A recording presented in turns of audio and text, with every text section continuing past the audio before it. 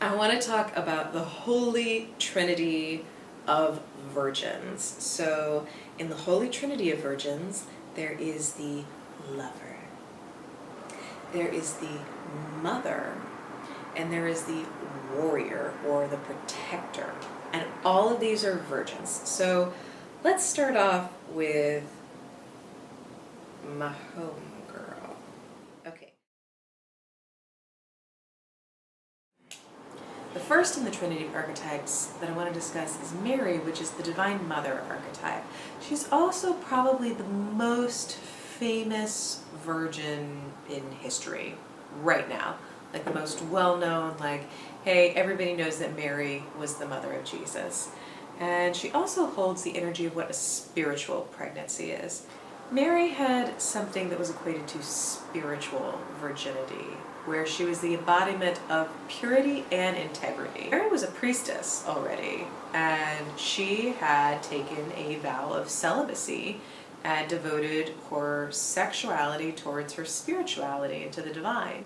Then the angel Gabriel appears and says, "The incarnation is at hand." And Mary's like, "That's cool. I took this vow."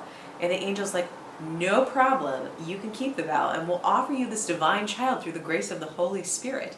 And she says, "Behold, the handmaiden of the Lord." So a piece that's looked over a lot is that Mary was a virgin because she was following a spiritual calling to be one. She was visited by an angel that said, "We want you to carry God's child." And Mary's like, "That's great, and I need to be in integrity with who I am. And I made this vow when I made it to the temple, and I want to be sure that I can keep my vow." The Spirit was like, "No problem. We'll create a miracle." And then, bing, Mother of God from no human father.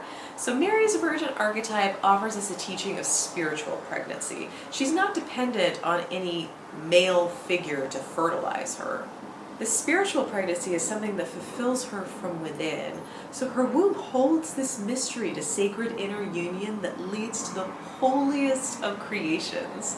Some accounts say after that Mary fulfilled the path of her spiritual pregnancy and also being the mother of Jesus, and that she later went on to have children and get married. This also kind of took place with the Vestal Virgins, who were the Roman priestesses of Vesta, which was the goddess of hearth. And to be a Vestal Virgin, you also had to take a vow of celibacy. And because of this, sometimes people attributed them with these magical powers. And they also had special legal powers. For instance, there's a story of when someone was sentenced to death, just the sighting of a Vestal Virgin on their way to their death sentence could totally absolve them from any crime that they had previously committed. Affirmations about the Virgin Mother archetype. I am a vessel for divine creation. My womb creates miracles. I am servant to Spirit's creativity. She's called by a higher purpose, and part of the magic in her womb is that she alchemizes her sexuality as motherly love and offers herself fully as a vessel for Source's creation. It was often the idea that sexual energy was channeled up through the body, through the higher chakras, that brought about a deeper connection to Source in the celestial realms.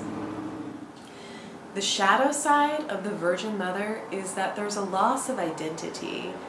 So this virgin aspect can actually put aside all of her personal desires to be led by her spiritual calling. Her identity then becomes totally wrapped up in her creative process or her children, and she may lose sight of her individuality. Who was Mary beyond the mother of Jesus? There's kind of an absence of self-actualization that then is substituted for a spiritual calling. There might be a little martyrdom too that shows up, where this archetype might suffer for the sake of her children or creativity, always putting their needs before her own. She could also be overly mothering, and it could lead to smothering, so that the child or the creative project never becomes fully actualized either. It's kind of the traps of being a perfectionist. Or she can be totally avoidant of relationship because she considers her work and her spiritual path more important than relating.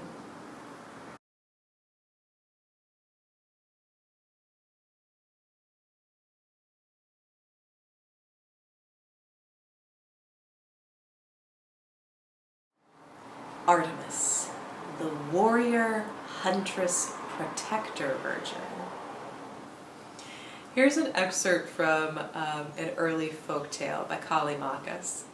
When Artemis was 3, Zeus asked her what she would like for her birthday, and she answered at once, saying, "Pray, give me eternal virginity, as many names as my brother Apollo, a bow and arrow, the office of bringing light, a saffron hunting tunic with a red hem to reach my knees, 60 ocean nymphs as my maids of honor, 20 river nymphs to care for my buckskin boots and feed my hounds when I am out shooting, all the mountains in the world, and lastly, any city you care to choose for me, but one will be enough, because I intend to live in the mountains most of the time."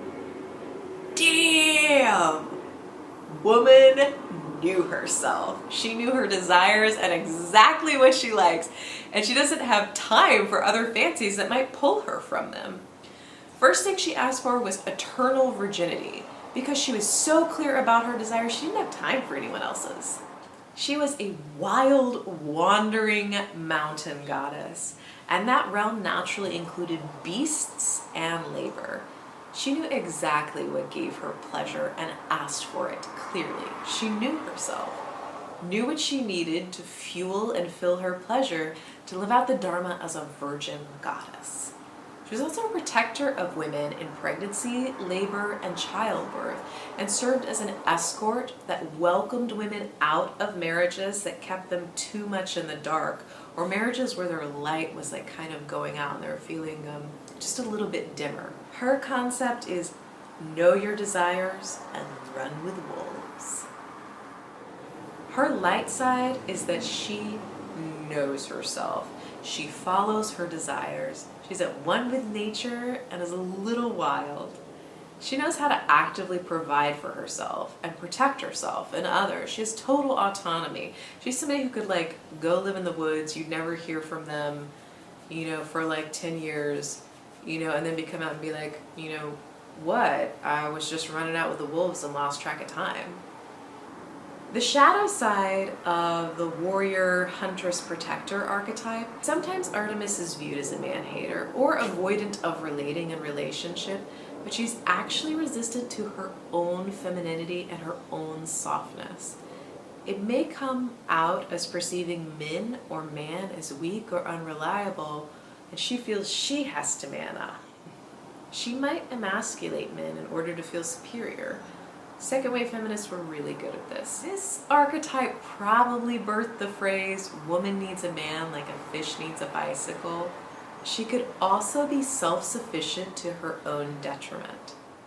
She doesn't fully know how to receive, take in, or trust her own yin energy and femininity. Her soft feminine tends to be protected by armor.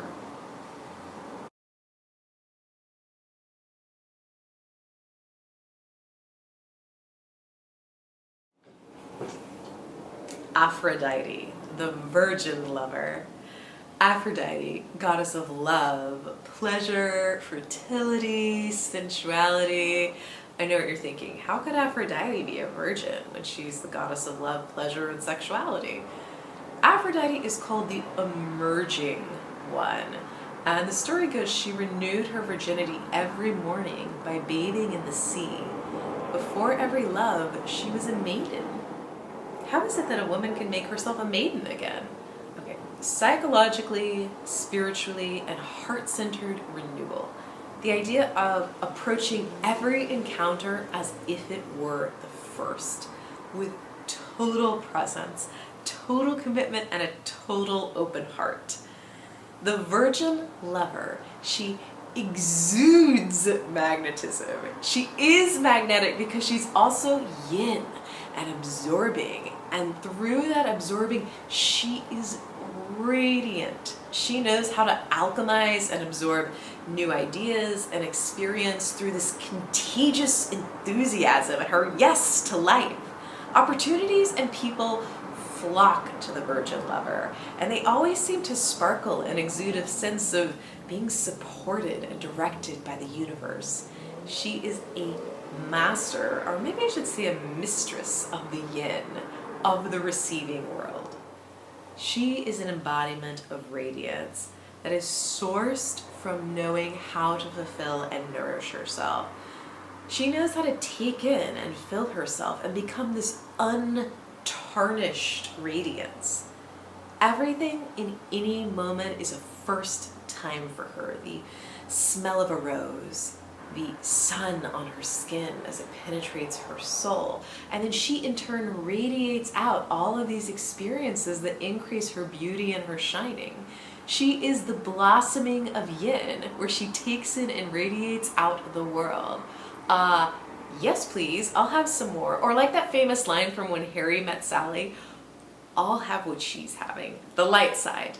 She renews herself daily, approaches life and love from a radiant, refreshed space each moment. And in each relationship, she enters from this like totally pure, unjaded space. She's a femme vitale. She's this vital, uplifting, magnetic, sensual, and spiritual force. Each time is the first time. Each love is the first love. Each intimate encounter she has, she chooses to find a place in her heart that it touches for the very first time. The dark side or the shadow side of this is the femme fatale. So she could become addicted to relationship and relating and even feed off that new relationship energy like a drug. That could also leave this trail of broken hearts in her wake. It's kind of an irresponsible, addictive relating, kind of unclear endings, maybe outside a right relationship. She might seduce inappropriate people, and part of that's the feeding part. Her sexuality is leaky rather than self-contained and alchemized, and she kind of leaves her partners worse off or abandoned.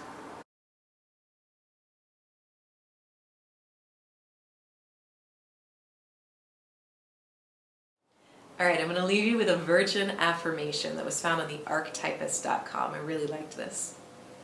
I am myself.